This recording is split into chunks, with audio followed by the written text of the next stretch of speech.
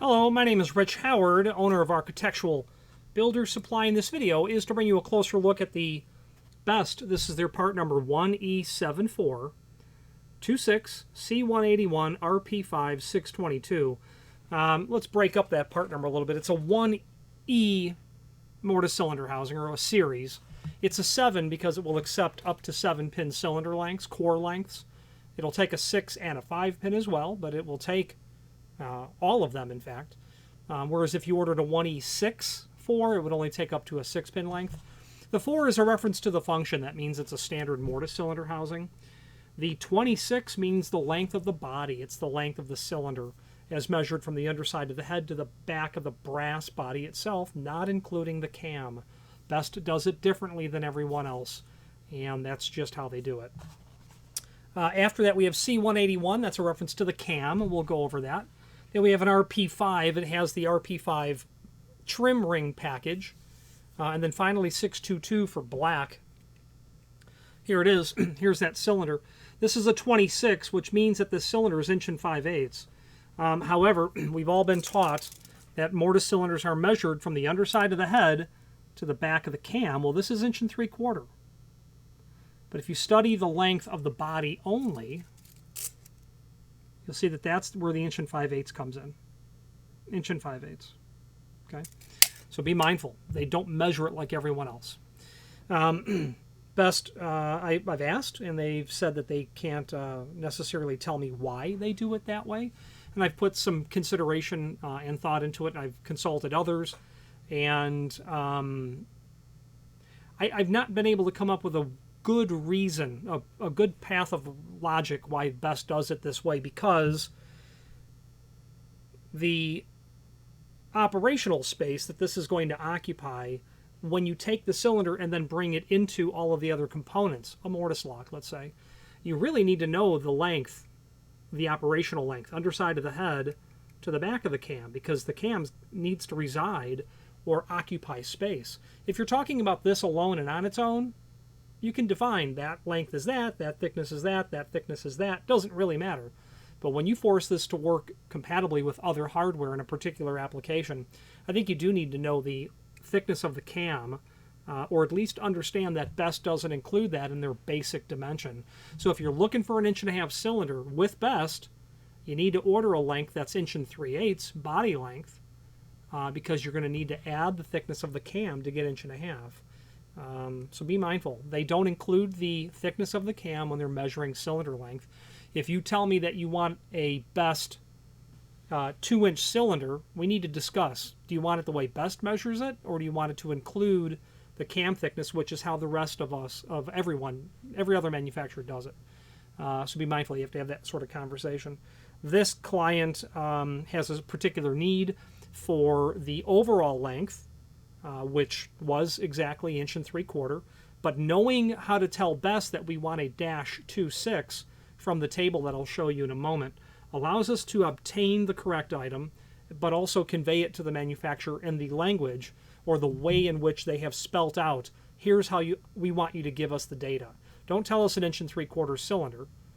Give us the code, and then they know how to proceed from there. It's our obligation as hardware experts to translate that appropriately into the layman speak, into the manufacturer's language, and all that stuff. The C181, we're going to talk about the cams. That happens to be an Adams Wright cam. Adams Wright, there are actually 3 cams used for Adams Wright locks. There's this one, the MS cam, which is 99% of everything you'll encounter. There are then 2 other cams. One is a standard cam for the 4770 lock or 4070 lock, I forget. And then there's the 3rd cam, which is for the 2030 lock. They're both standard cams at 2030, and I'm mushing up the part numbers. But if you got into the Adams Wright book, you'll see there are 3 cams. One's a standard cam, one's a shorter version of a standard cam. Just standard thick, straight, slight crown to the top of it. And then black, C121. This is just a powder-coated finish. RP5, which I skipped over, is you're going to get 3 trim rings with this, and we're going to go over those thicknesses. But first, let's just do it here. The thickness of the thickest one is 3/8 of an inch. I believe the next one is going to be 1/4 inch. Yeah, and then the thinnest ought to be 1/8 of an inch. So you'll get all of these different trim rings that you can use individually or use them in some sort of combination with each other. The only thing you can't do with an RP5 is get to a 1/16 of an inch length, because you don't have a 3/16, and we'll look at the catalog in a moment. What else you get in the packaging is our installation instructions, and we'll go over that in a moment. You're also going to get a spacer. If you're using a 6-pin cylinder in this, you'll need the spacer. You'll drop that down into here so that you fill up the space. Then you're also going to get a couple of screws. They do the same job, and these are in the installation instructions. You might use one over another, but you'll notice that there's a funny hole drilled here. That hole is drilled and tapped. With enough patience, you're going to be able to sneak a screw through here into that area right there where you can see light, where I can cover it up and open it up again, so that when you get the mortise cylinder installed, you can then get that screw and then turn it clockwise and double lock the cylinder in its mortise case housing or whatever it is. So you're going to tighten the screw in your mortise lock and secure it in this milled groove here, but then you can have this spike or this set screw that's coming out at an angle to further lock it into the lock, really working to prevent the wrenching of the head of the cylinder off your lock. When you've got that big bolt, that big set screw sticking out of that mortise body, it's going to be awfully hard to wrench that sucker off. So that's a great way to defeat that sort of attack. Now, let's switch to the screen view and take a look at the supporting documentation. Here is the item that we are looking at. Not much to see here, but let's take a look at some images showing the material. Here's our cylinder, our RP5, our spacer, and our set screws. That's the actual label from this item. 1E7426 C181 RP5 622. Cylinder itself. I'm not super thrilled with the paint job that's been done. It's clearly powder coated. Well, let me back up. I don't have a problem with the powder coating. Powder coating is a very durable finish. What I don't love is the way that they package the components on the inside. All of these pieces that you see here are literally put in the box like you see it. These three, with the exception of these three pieces, are in a plastic bag, but the three rings can all make contact with this. And this material is manufactured, I understand, in Indianapolis. It ships to me in southern Florida. This order happens to be going to Italy. That's thousands of miles for this material to bounce around and to scratch itself. So it needs to be isolated, especially when there's a painted finish. And again, powder coating is very durable, but if you were to take a key and scratch the face of this, you're going to scratch it. And in this example, a key can be represented by any of these hard parts, these hard metal parts. Moving forward, that's the C181, and that's your RP5. Security screw, spacer. You might need to use the shorter one because you may, well, it depends on the application, depends on what you're going into. You're going to need to have some room inside of what you're installing it to get this full screw inserted through the inside of the mortise cylinder housing in here so that it actually will become flush so you can stick the core in. Then there's also links to documentation, and let's take a closer look at all of that now. Okay, so this is the cut sheet. The cut sheet is a short summary of what we're dealing with. This allows us to understand how the part number is put together. And what you have to be really mindful of is the confusing nature of the length. Dimension A, we're all programmed to understand that that's the underside of the head to the back of the cam. Well, it's not. Dimension A is the length of the body, the brass body alone. If you were to go to the shelf and pull a 1E74 off the shelf and measure the brass body only, it's 1 1/4 inches. And the overall length would be about 1 3/8 inches, which is typical for a 7-pin interchangeable core housing, or Schlag's full-size interchangeable core housing. Their 80-123 would be 1 3/8 inches. So best gets there by breaking this up and then the thickness of the cam. Here's how you define it. Your series will be on page 12, which we'll get to in a moment. It just means it's a standard cylinder with a 7 Your function, we'll go over that in a moment. Your length if you need one, if you need to change it. Okay. Your cam, your trim rings, and then your finish. Best thing to do is to hop through here. Let's go to actually the product catalog, because that will show us page 12, which is the... There is no page 12. Okay. Did I have that right? I did not. Page 12 or page... See page 12. All right, I've got two different catalogs happening here. Okay, now we've got a catalog pulled up here. Page 12 is our function, I think. Yeah. Page 12, we've got a 4 here. It's just a standard mortise cylinder is all it is. Okay, so there's our 4 in the part number, 1E7, 7-pin. 4 is our function. Let's go back up to page 2. 1E7, 7-pin. 4 is our function. Length code, a topic of much confusion.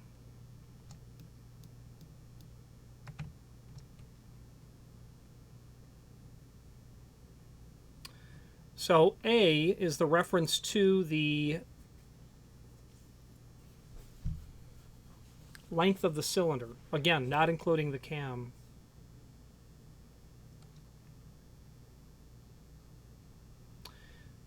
This happens to be, this order, I believe, is a 26, right? Yep, so 1 5/8. That means from here to here is 1 5/8. You get with the cam, you're going to be basically 1 3/4. So that's our length code. Our rings, RP5 is what we have. Let's look at page 9. Not really. Let's go back up here. There we go. Standard rings. RP,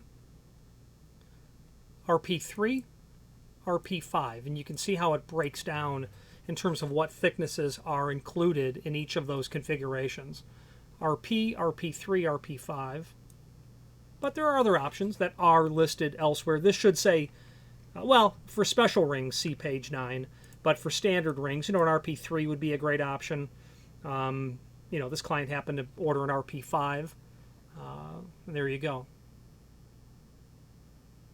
Gives you that 3/8, 1/4 inch, 1/8 of an inch. Finish, 622. It's not listed here, but it is in the price book. 626 satin chrome, 690 dark bronze, right? Or is that black? I always forget. BHMA 690. Yeah, dark bronze is what that one is. Satin brass, satin bronze, oil rub bronze, satin nickel, polished brass, polished bronze, polished chrome. Lots of options there. So that pretty much does it. Now, there's also a link to the, let's go to the full product catalog. It's worth reviewing because this will allow you to review lots of unusual cylinder types that are found in the world of best.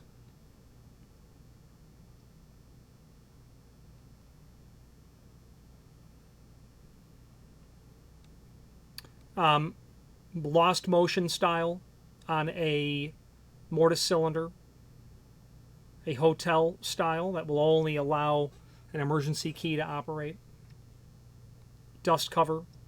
There's going to be a UL 437 version here as well, making it high security. Right here, UL 437. That is a standard published by UL that basically outlines the tests and procedures by which the cylinder needs to be found capable of contending with.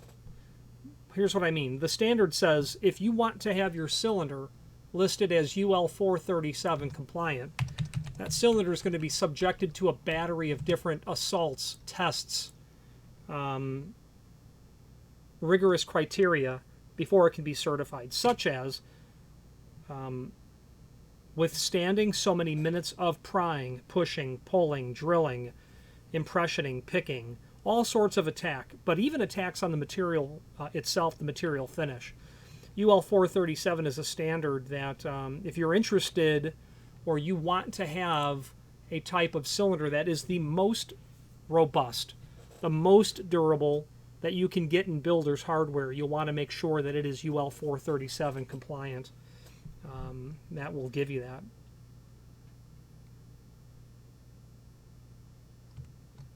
Now our cams, I forgot to go over that. They don't really do a good job, Best doesn't, when it comes to telling you, here's the cam to use for Schlage. It happens to be a 265. Well, they do, though. It's listed here. But not all of them are listed. So C181 is that one style of Adams Rite. The C4 is a standard cam. The C118 might be a Falcon cam. Yeah, they don't list it here. But they do list, for instance, an M-Hart cam would be a C161 Corbin Russwin. Apparently Arrow with a deadbolt will work that as well. But they give you the dimensions. So if you are needing to stick a best housing into someone else's lock like Yale, you're going to want to check the dimensions required for that cam and match it up accordingly. Okay. Other sorts of cylinder rings, I'll leave that to you to review. Cam locks are here and their tail pieces. Pretty handy stuff. Last link to look at would be the installation instructions, and all this tells you is how to insert that security set screw. They show it going in this way. No. Well, no, you have to insert it through the figure 8 hole because it's threaded. I mean, you could thread it backwards, of course, if you can get it in with this blunt end, is the bottom line. You know, it's a bit of a chore to get it in there, and I would very much recommend that you run a tap through that. And of course, I don't know the thread style. I can find that out. I will find that out, and I will post it here. And you know, you'll want to use it. Why would you not use an additional security measure? But these steps simply walk you through, literally by hand, how to get that housing installed into whatever you're installing it into, an exit device trim, an alarm bypass, key switch, obviously cylinder dogging in an exit device, most certainly mortise locks, things of that nature. So you can walk through all of that. Your cylinder will be held in generally by a set screw here in this milled side, as I said earlier, or maybe what's called a cash nut ring, or just a small nut if you're installing it into maybe a key switch. You may or may not be able to use the security set screw, but if you can, I would recommend using it. Just be mindful that if you go to service those cylinder housings later, remind yourself that you've installed it there. So people who are trying to, you know, they loosen the set screw on the side of the mortise lock and the housing still doesn't come out, you'll want to definitely stop and back that up and get that core out of there and see if that set screw has been set. Okay. Now, let's see what else we have here.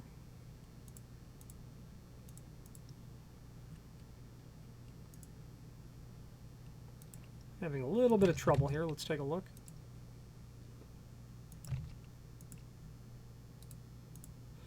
Okay, so that exhausts all the links that are down below this video. Now, the link here below this video to the manufacturer's page that will allow you to review not only all of the best products that we sell by means of this horizontal navigation here, but also a link to the manufacturer's website, as well as a link to the full product catalog. Now, a couple of other things that are worth showing you on this page. Best is synonymous with small format interchangeable core. It was the founder of Best, Frank Best himself, who came up with the idea in the early 19-teens, like maybe 1911, submitted the concept for patent in about 1919 and was awarded that patent in 1921 for the concept of interchangeable core, or removable core in this case. And there's that patent. You can look at that if you like. Fast forward to today, if you want to learn how to combinate or service or repin or rekey Best cores, well, their system training is here. Their service manual is here. Their Best core and key service manual is here. So all of these documents are there, and while it would probably be somewhat of a challenge to approach those documents to learn how to combine small format cores from them, if you have a concept of how master keying works, you should be able to teach yourself how to do it. I know that I did with success. So there you go. All that documentation is there. Let's wrap up this video on camera.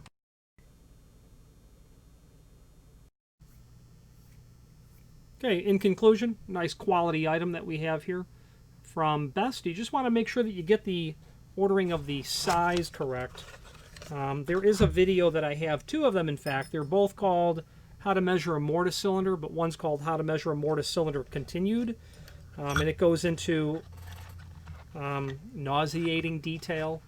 So if you really wanted to have my opinion on mortise cylinder lengths and how they're measured, and according to experts in the industry, that video might be right up your alley. If it's not, avoid it. It's several minutes of me talking about it. If you have any questions on the 1E74, I like to say it and how the part number is broken up. 1E7426 C181 RP5 622, or any other Best mortise cylinder housing or any other Best product, please feel free to reach out to us. And thank you. Again, thank you for watching, and if you've enjoyed this video, please click thumbs up, please subscribe, and maybe even send the video to someone that you know. Thank you.